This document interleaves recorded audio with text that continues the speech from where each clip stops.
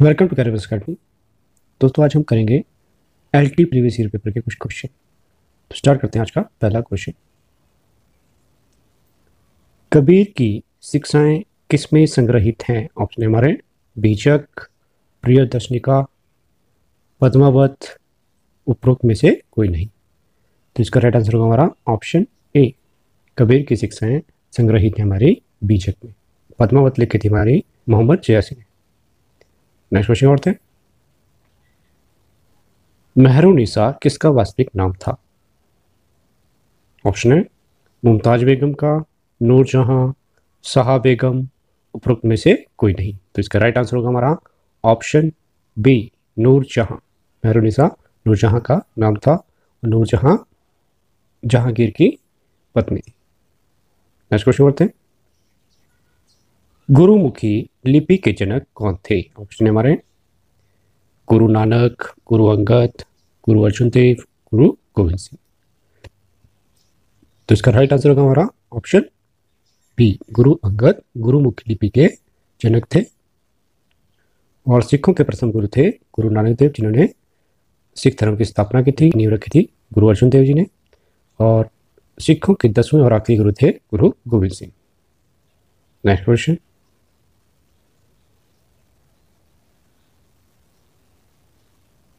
Press का मुक्तिदाता कौन सा गवर्नर जनरल कहलाता है? तो ऑप्शन हमारे Warren Hastings, Lord Wellesley, Sir Charles Metcalfe, Lord Dalhousie. तो इसका राइट आंसर होगा हमारा option C, Sir Charles Metcalfe को कहा जाता है प्रेस का मुक्तिदाता।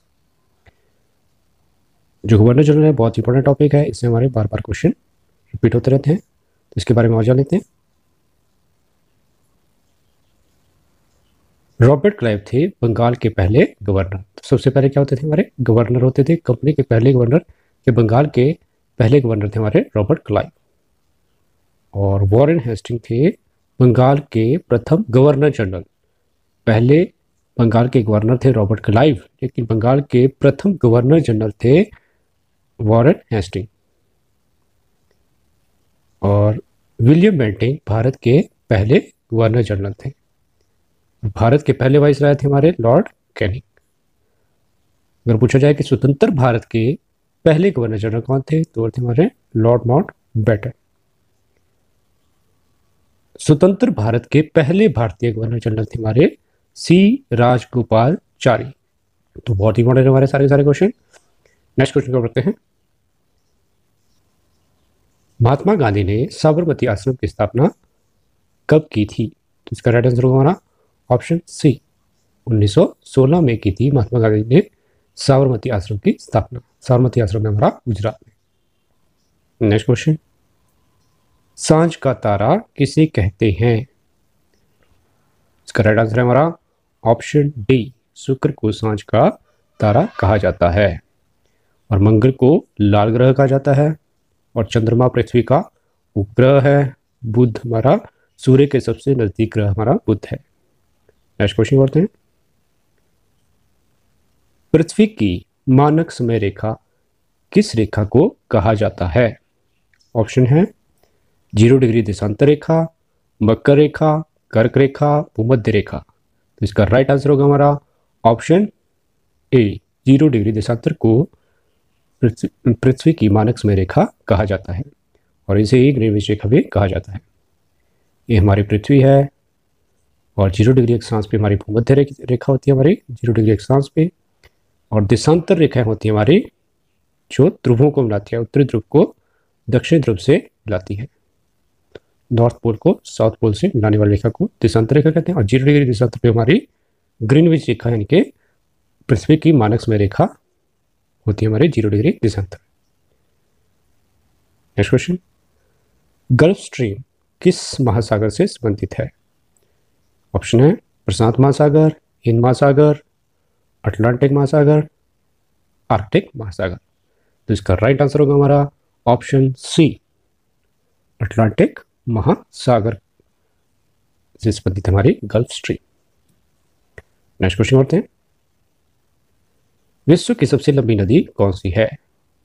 तो इसका राइट आंसर है हमारा ऑप्शन ए, नील नदी।